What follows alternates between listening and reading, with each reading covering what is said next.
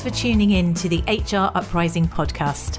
I'm your host, Lucinda. The HR Uprising is focused on helping forward-thinking people professionals deliver real lasting value in their organisations. I'm a chartered psychologist, speaker and trainer, and recently authored the best-selling business book, How to Be a Change Superhero.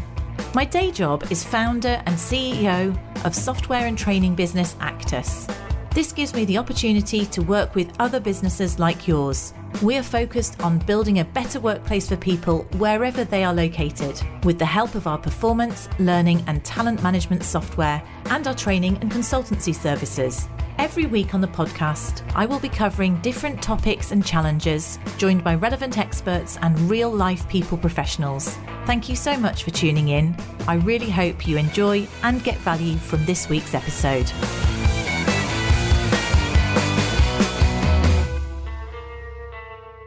Hello and welcome to this week's HR Uprising podcast. And this week we're going to talk all about AI in HR. And I wanted to do this because I noticed a colleague or a local colleague of mine, Liz Redway, who's an HR and L&D expert in terms of you run your own business here. You hosted recently a session for HR professionals all about, I suppose, demystifying AI in HR in particular. And I wanted to know what the outputs were from this event, because I think it's something that many of us are curious about and want to know what else we should do, but maybe we don't know where to start. So Liz, please do feel free to introduce yourself and perhaps tell us a little bit about the event that you facilitated and what you wanted to do and what you found out at a high level. Hi, great. Yes, so my name's Liz Redway and I run an outsourced HR and training company in Hertfordshire. And keeping my finger on the pulse, I'm very much aware that AI is very much with us. And as somebody who likes to lead the field, I really wanted to get the discussion going on how we can use HR within HR and within L&D.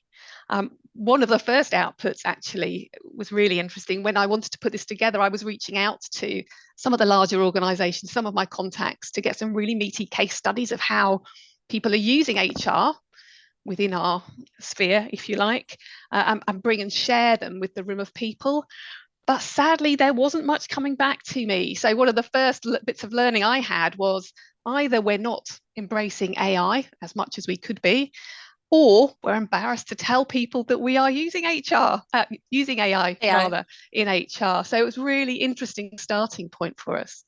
So you're saying there was a little bit of a gap, I suppose. So it wasn't like people going, this is amazing. You know, other than maybe ChatGPT, I guess, which people are familiar with.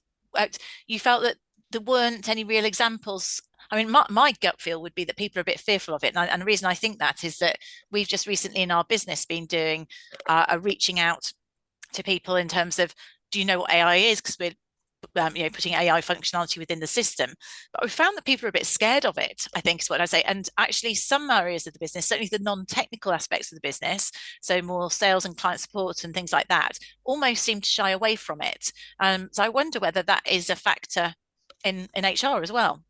You know, I think you're absolutely spot on. There is a fear, and because it is fairly technical, there's an unknown element to it. But what we need to realise is that AI has actually been around for a lot longer than we might think. It might be newly accessible to us all through ChatGPT or Gemini or other tools. But things like Facebook and Netflix have been long using AI to feed us what they would like us to buy or to see. And indeed, the weather has been predicted through AI for quite a long time too. So it's not new, it's just newly accessible to a lot more of us than perhaps it was. So that's kind of the starting point for us. So it's kind of there, it's kind of there anyway, and it's coming as well. That's it, like it or not, isn't it? So we can be laggards or we can be leaders, I suppose, in terms of this. Although I've got to comment on the fact, if the weather's been predicted by it, I have lots of frustration with the weather apps at the moment, so I'm not sure I'm that. That's a great example of AI is fallible, isn't it? Indeed. And one of the key themes that I'm really keen to share, and shared in our presentation a week or two ago, and we'll share now, is that AI is good. It's like any other tool. We still need to be applying our brain and perhaps common sense and perhaps some analytical thinking as well. We can't just rely on whatever ChatGPT might churn out to us. Yeah. But yeah. I was just going to say, you're right that it's coming. It is here.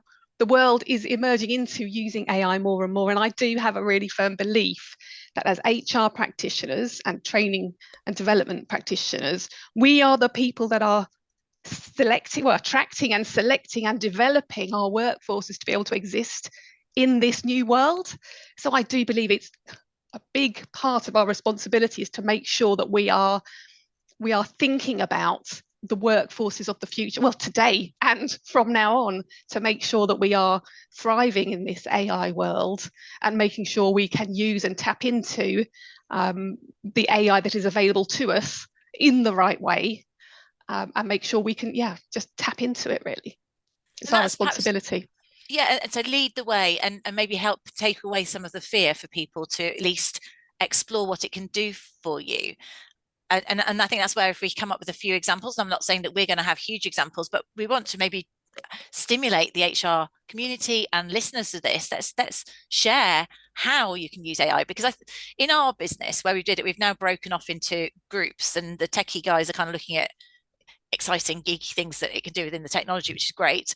But there are lots of pragmatic things that, for me, I don't need my team to understand how AI does what it does, but if it can add value, and for me, it's really the productivity benefits in certain areas is where I think we should try and lead the way to encourage people to dip their toe in the water. Those are the things that I've seen benefits with potentially. There are also risks, and we should look at that too. So perhaps before we go into the benefits, so when you were talking to other HR colleagues last week, what did you pick up? A little bit of fear, a little bit of reticence? Were there any specific challenges or concerns that they had about using AI?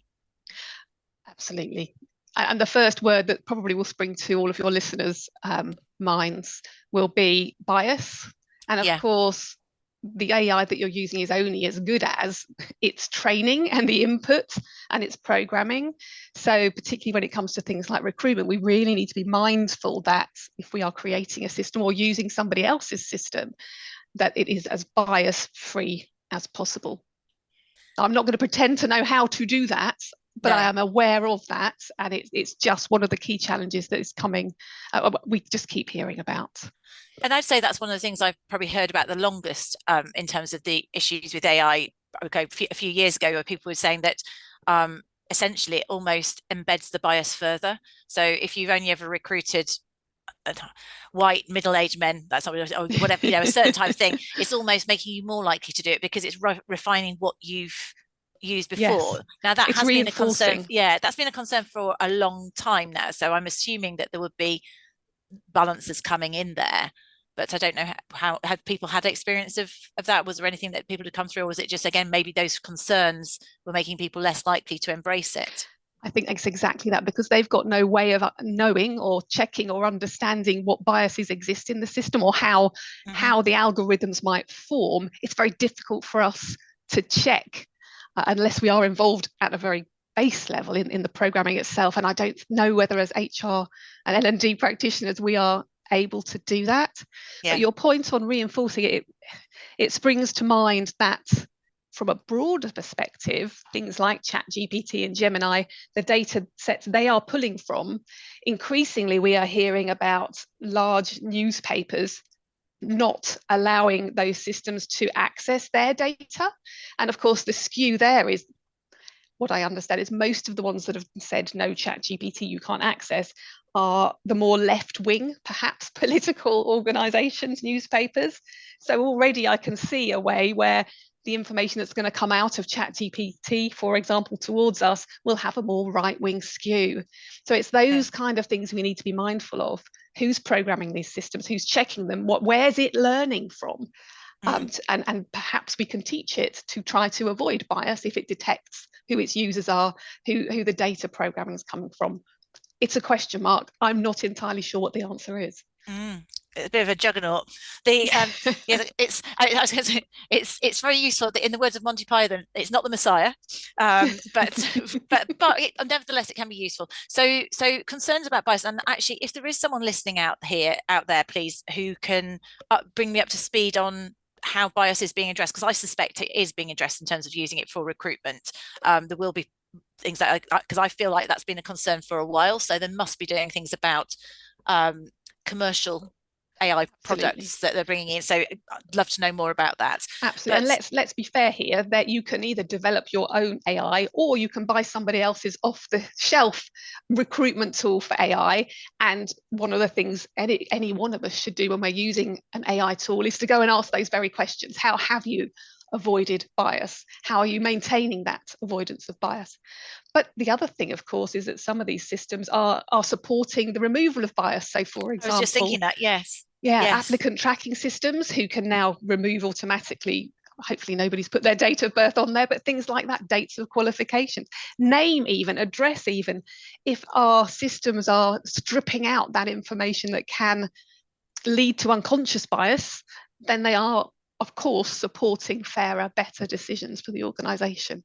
And presumably they could also be trained to pick up bias, because at the end of the day, recruitment has always been biased. We are all naturally biased, however much we try not to. So those sort of things can certainly be put in there. So I'd love to know more about that, bias in recruitment and AI, and what else it can bring. If we go more to, I suppose, pragmatic tools, because I think that's where we got to when we were talking pre-recording, as to where you can dip your toe in the water if you're a little bit scared. So as I say, my team were a little bit scared, and where some of them have now, Fathom is the example that I use. Yes. We're on Zoom at the moment. Now Zoom has got an AI companion, and it will allow us to, it will summarize notes. A lot of the guys use Teams, and this Fathom slots into Teams, and effectively this can massively save time. If you're sort of talking to customers or whatever, you have to go and write your email, you want to write up the actions from the email, being able to grab that information. Now, apply common sense and brain again. So this is where there's no getting away from the fact that you need a human eye on it, make sure it's picking up the right things, but it still saves you quite a significant amount of admin time. So I'd like to think those sort of tools can really help productivity. I think you're spot on, and Fathom does more than that, doesn't it? I mean, you'll know, I'll know, because I've dipped my toe in the water with this one as well. It can do a really nice summary. It tells you next steps.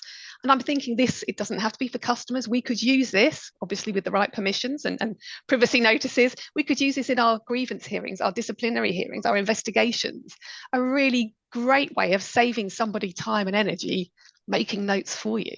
So that's a really great tool that I would absolutely share. Of course, from the basis that I'm sure there are other tools out there that do a very similar thing. Yeah, absolutely. There are other tools available. We're not sponsored by either of those. Exactly that.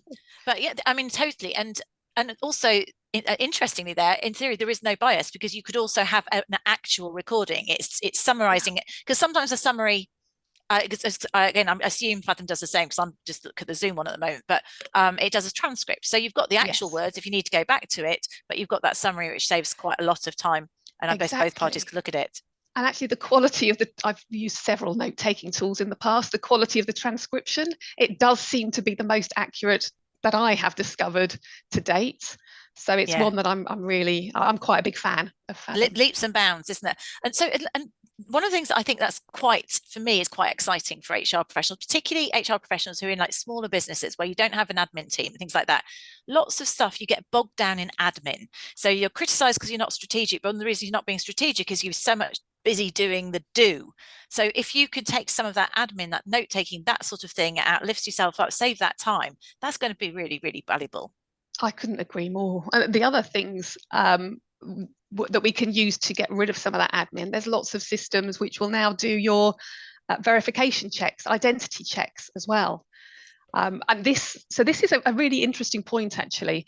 I think we shouldn't just be looking within HR to see what other HR and L&D people are doing.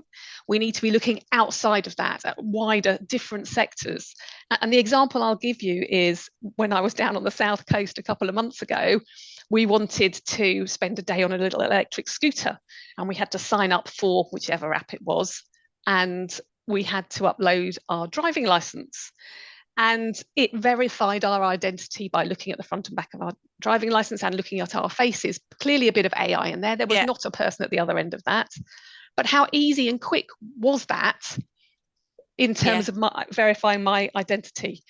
And we could apply that across all sorts of identity checks. Obviously, we need to make sure it's correct and in line with the legislation and so on and so forth in terms of right to work in the UK. But again, that's such an administrative task, checking somebody's identity, and so easily carried out by AI. Absolutely. So time saving.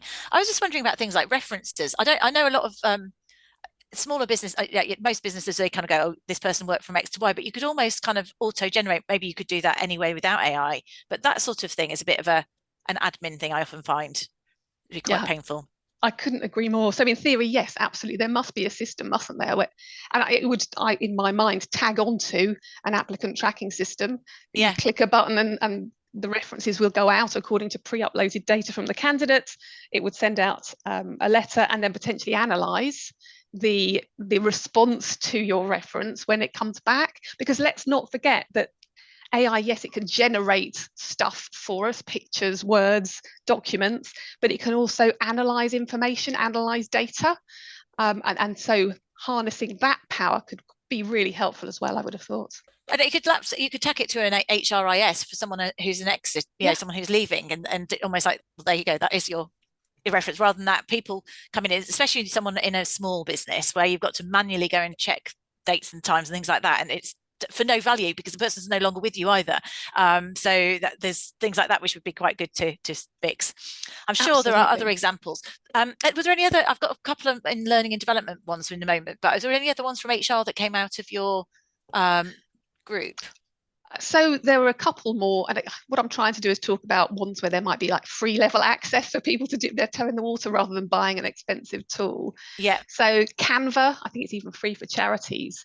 Canva can generate slide decks, Canva can generate images. And in fact, I experimented for our talk last week, what would Canva produce in terms of a slide deck? And it wasn't too bad. But again, we come back to, you still got to apply your brain. Yes. It came up with a lovely slide deck, beautiful. The colours weren't quite right. In fact, the colours would have made it difficult for people who are partially sighted or colourblind to be able to see and read the text. And also it was missing some points that I would have liked to have made. So we still need to keep that analytical hat on, or head on our shoulders, to make sure we are delivering what it is that we'd like to deliver. Well, I guess it needs to be taught. Is it WCAG or whatever it is, the accessibility standards in terms of its generation? They've perhaps not done that yet. I think that's possibly it. Yeah. Yeah, that's interesting. So, and that's just, you made me think then about, Canva was generating things. And have you seen on things like LinkedIn? Now, this is where I would go. So when LinkedIn says, would you like me to rewrite your post in AI? and I get to rewrite my post, I'm going, there's no way I'm using that. It sounds so cheesy. In fact, this is quite a light podcast. This is a social podcast. I did at the weekend my 10-year anniversary of netball club that we set up. And two of us we wrote a poem. There's two of us who captains. One used ChatGPT, and I used just made up this sort of limerick thing. And we said, right, guys, you can choose. One of them is ChatGPT, and one of them is made by human. And the second line, someone instantly went, "That's ChatGPT." so it's not. Again, it doesn't do everything, does it? And I felt, for me, that's my point with LinkedIn. Part of me of social media is about being authentic and being you. And if I suddenly start, for me, it feels quite American, the tone. If I suddenly switch my tone like that, I'm not sure that that's going to make more people want to read my post. I think it might make less people want to read my posts. I'm with you, but have you tried, and you can do this on Gemini and ChatGPT, you can give it a persona. You can tell it to act as if you are, for example, a CEO interviewing me for my next promotion. Okay. And your background is this and that and the other. So you can give it an avatar or a persona, and it will understand that and obviously do its best to meet that. Well, that's in LinkedIn, is it? It's just it doesn't know what my persona is. And then, it's not in LinkedIn. Well, at least not that I'm aware of. I haven't tried that tool in LinkedIn. I'm talking about Gemini and ChatGPT. You can tell it to act as if, which might well give you less Americanized, fewer emojis, which I find is quite prevalent. So can you explain what Gemini is? Because I'm not familiar with Gemini. I'm familiar with ChatGPT. What's that? Oh, it's the new Google Bard. So it's Google's version of ChatGPT. So okay. It's the same thing, but different provider, I guess. Actually, did you touch on things like that? Because there are some differences, aren't there, between ChatGPT versions as to how up to date the content is? So I don't know if it's the same with Gemini. Did you cover that last week? That's really interesting. No, I did not. No, that's an interesting point. And I guess that's true. My point is, with any tool that we choose to use, we do need to be looking at it and making sure it's a robust tool, and you've got the latest version, which might protect you from different things, like bias, for example.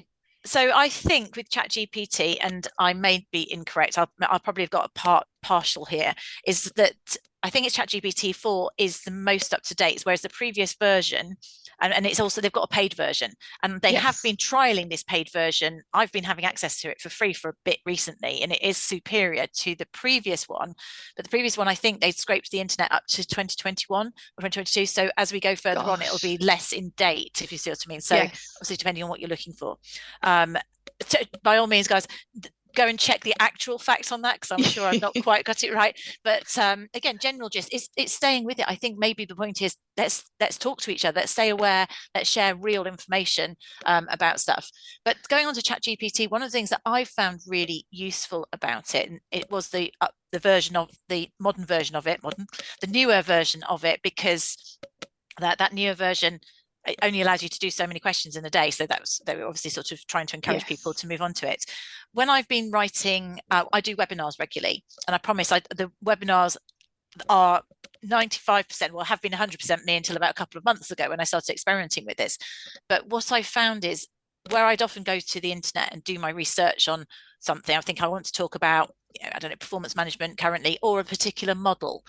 So I was looking at radical candor recently, and I read up on it, I don't know, 8 years ago, and I just wanted to refresh my mind on it. So being able to go into what I've been able to do with ChatGPT is I could go and say, can you tell me about radical candor model? Where does it come from? And you can ask these follow-up questions. Whereas, of course, when you're Googling or any other browser, going in, you kind of just get the information, you've got to drill into it. Whereas that you can get a bunch of info, and then you can say, what's the research on this, or who else is the foundation? So you can ask intelligent questions.